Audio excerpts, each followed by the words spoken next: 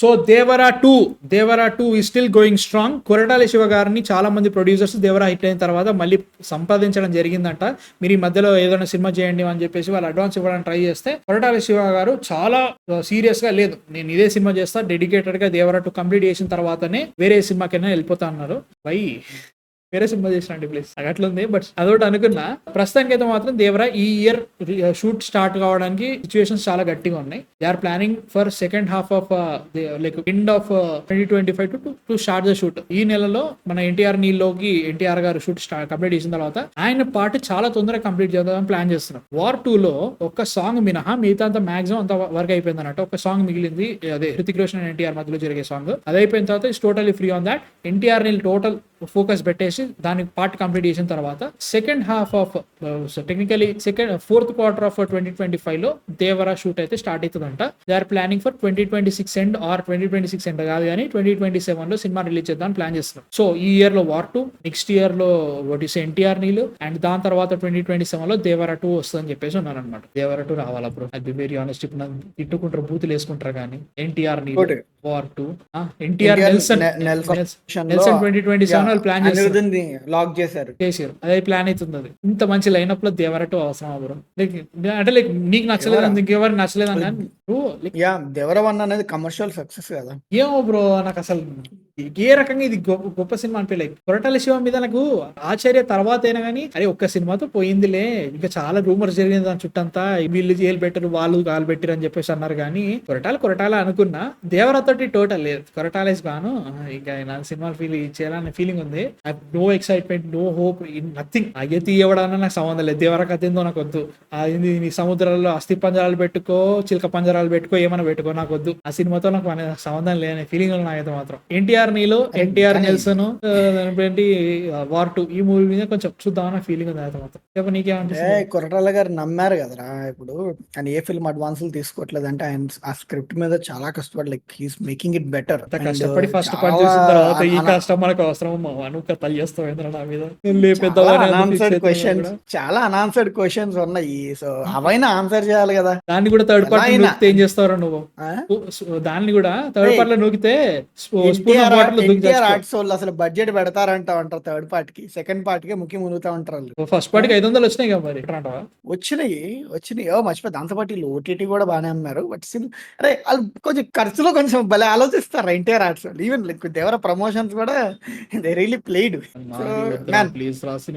Personal గా చెప్పాలంటే నేను దేవరా గురించి మర్చిపోయాను. దేవరా మర్చిపోవాల్సిన పీడకలరా నిజంగా. అది ఎందుకు 500 వచ్చినా నాకు ఇప్పటికి అర్థమైతలేదు. లైక్ అది టిపికల్ రొటీన్ కమర్షియల్ సినిమాకి ఇంకా ఒక 10 సార్లు దాన్ని వాడిన ప్లేట్ ని వాటి అటు తిప్పి ఇటు తిప్పి అటు తిప్పి వేసిన సినిమా అది రా బాబు. ఎన్నో సినిమా చూసినా అట్లా. దాన్ని ఇంత లేపడం నాకు ఇంకా అర్థం కావట్లేదు. ఎన్టీఆర్ ఒక పాయింట్ వరకు లాక్ వచ్చింది అనిరుద్ధ్ అండ్ ఎన్టీఆర్ గారు. వాళ్ళు కానీ వాళ్ళ మార్క్ తగ్గట్టుగా పర్ఫామ్ చేయకుండా ఉండుంటే వాటికి మనం ఆ సముద్రంలో అస్థి పంజరాలు ఉంటాయి చూసా, ఆ ప్లేస్ లో సెకండ్ పార్ట్ లో అస్థి పంజరాల ప్లేస్ లో నాది యాడ్ అవుతుంది. నీకు అర్థమైతలేదు. సెకండ్ పార్ట్ లో దాని అస్థి పంజరాల ప్లేస్ లో నాది యాడ్ అవుతుంది. అంత బాగుంది అనమాట ఫస్ట్ పార్ట్.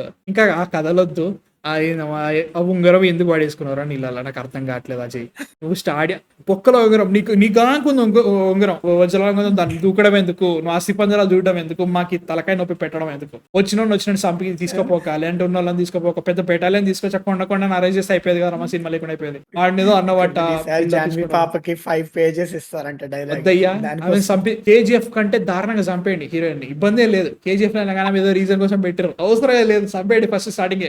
టెక్నికల్ చెప్పండి, జాన్వీని చూపెట్టకండి సినిమాలో. బ్యాక్ స్టోరీలోనే ఎప్పుడో అయిపోయింది. జాన్వీ పాప చచ్చిపోయింది సినిమాలో. అక్కడి నుంచి సినిమా స్టార్ట్ చేయి. ఏది మన రైజ్ ఆఫ్ స్కై వాకర్ పాల్పెటింగ్ నాడు వచ్చినట్టు చూపించినట్టు జాన్వీ కపూర్ బ్యాక్ స్టేజ్ లోనే చచ్చిపోయిందని చెప్పేయండి. I'll be happy. వద్దమ్మా మీ లవ్ స్టోరీలతో, మీ స్టోరీలతో పొంగిపోవాలి. నేను పోతారా అప్పుడు మిస్ అవుతారు చెప్తాగా. నేను పోతా. మామూలుగా లేదా సినిమా బాబాయ్ కష్టం. మరి దీనికి లైక్ మార్కెటింగ్ ఎలా చేస్తారో. బట్ స్టిల్ ఐ థింక్ ఇప్పుడు కామెంట్స్ లో వస్తారు కదా, ఎరా అంటావారా మావాడిని అన్ని ఉంటాయి.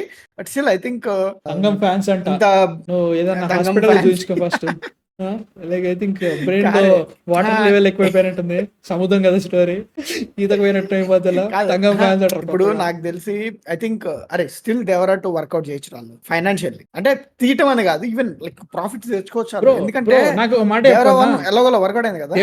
Devara 1 is the most non rewatchable movie. నువ్వు చూడలేవు సెకండ్ పార్ట్, సెకండ్ టైం చూడలేవు. నేను చూసింది ఒకసారి థియేటర్ లో పొద్దున్న 8ంటికి. You can't watch it again. అదొకటి I felt the walk of shame అప్పుడు. 8 కాదు యాక్చువల్, అది 4 AM కి వెళ్తే నేను 1 AM పోయినా. ఫ్యాన్స్ ఉన్నారు. నువ్వు కూడా నువ్వు 1 AM వెళ్ళావు, నేను 4 AM.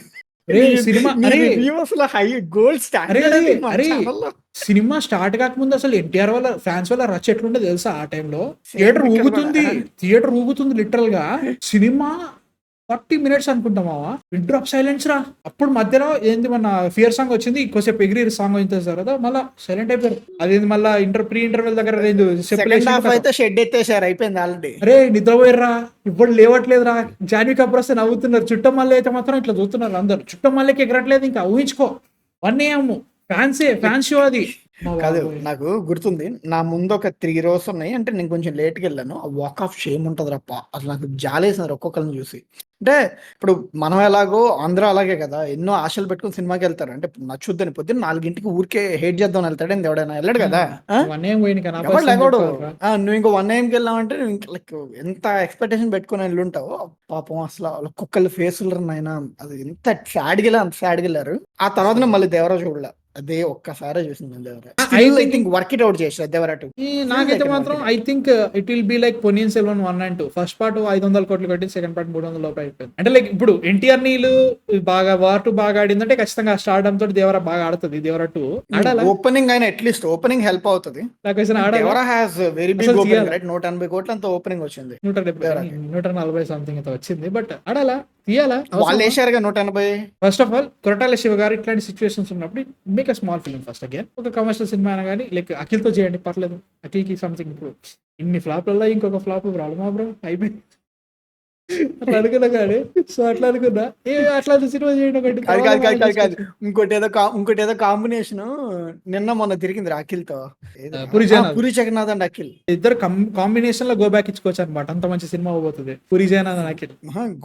గో బ్యాక్ కాదు, లైక్ ఇంతకంటే ఇంకా డౌన్ మూమెంట్ కష్టం, ఇంకా చూడలేరు ఎవరు.